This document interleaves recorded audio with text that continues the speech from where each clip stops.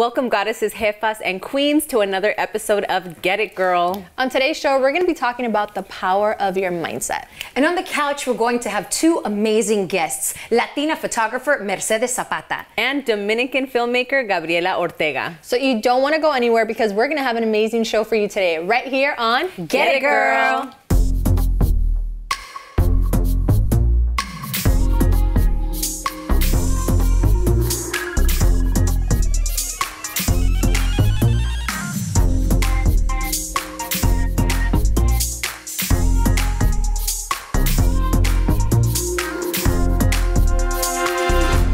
The human brain is perhaps the most powerful, life-changing tool we have. There's a famous quote that says, "He who conquers the mind conquers the world." Do you ladies agree with this statement? And what do you do on a daily basis to conquer the inevitable negative self-talk that we sometimes have? Yeah, negative self-talk. Yeah. I mean, it depends on also how you were brought up. My family came from Mexico. They were always thinking of the worst case scenario. So that negative self-talk was something that I had to train myself to get out of because it was natural. It's like our programming. Yes. You know, our brain is a computer, and if you're constantly being told that you're going to run out of money, you're going to lack, or you're not good enough, you're not enough, it's something that you have to constantly train out of you, like the muscles in your body, right? When it comes to training your muscles, your actual muscles, it takes time to work the strength out of them. What are some things that you do to rework it?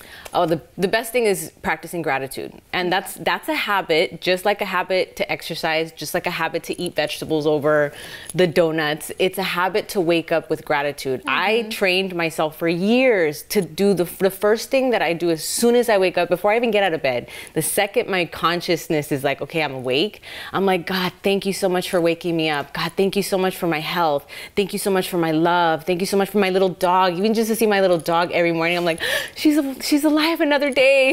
Yeah. And like really feeling that gratitude and making it a constant habit. And it doesn't come natural. You guys know. You mentioned something about like growing up. I think Latinos have a tendency to do this. It's like, are we gonna lose our job? Is the next check gonna come? Is this? Yeah. So we're such hard workers with that, but it's also negative because we are constantly trying to search for the next thing. And I remember I have a lot of these moments in my place, but I'll just sit in my couch and I'll look around in my place and I'm like, it's like, it's a cute, cozy, it's actually a pretty big apartment, but I'm like, this is mine and I'm so grateful for it. And this is my couch and I bought it myself. And it just like, it kind of recenters you when you're like, but why haven't I done this? And I haven't accomplished this and da-da-da. And then it just goes haywire. What do you do? Well, I think for me, like I agree completely. The brain is a computer and it's very easy to go down that dark hole of I haven't done this, I don't have this. If you start going down the rabbit hole of don'ts and I have nots, it can go very dark. And social media doesn't help with that either. No. And so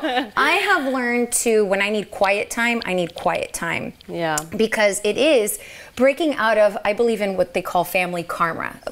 It's your genetic karma, and breaking those habits that we've been programmed to have, and the mindsets are part of it. Whether it's, don't spend because you have to save for a rainy day, and you have women and men that feel so guilty. It's like, I can't. I'm not. I could run out, and oh my gosh, the world could end tomorrow, and I'm not going to have anything, and I'm not going to have my job. So I feel that breaking that genetic karma of I have enough, the universe will provide. But it's like, how do you do that? How do you do that? I meditate. And it's a lot of self-talk. Meditation, a lot of self-talk, which it takes work because you're deprogramming your brain and what's been taught to you and has been taught for generations. Yeah. And so to break that, I don't want to say mold, it takes a lot of work where even being around my family, it's having very safe boundaries where it's this doesn't penetrate. And sometimes you have to limit your family time. I knew I boundaries. I had to take space from moving out of my parents' house,